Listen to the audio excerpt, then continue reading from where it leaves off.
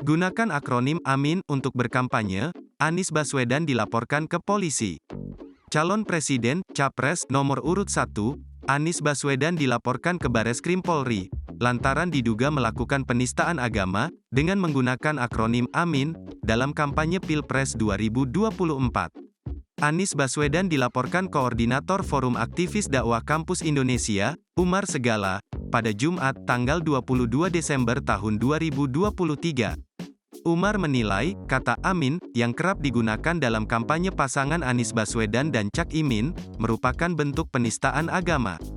Menurut Umar berdasarkan hadits yang ada, kata AMIN merupakan kata suci yang digunakan sebagai bentuk pengharapan kepada Allah SWT.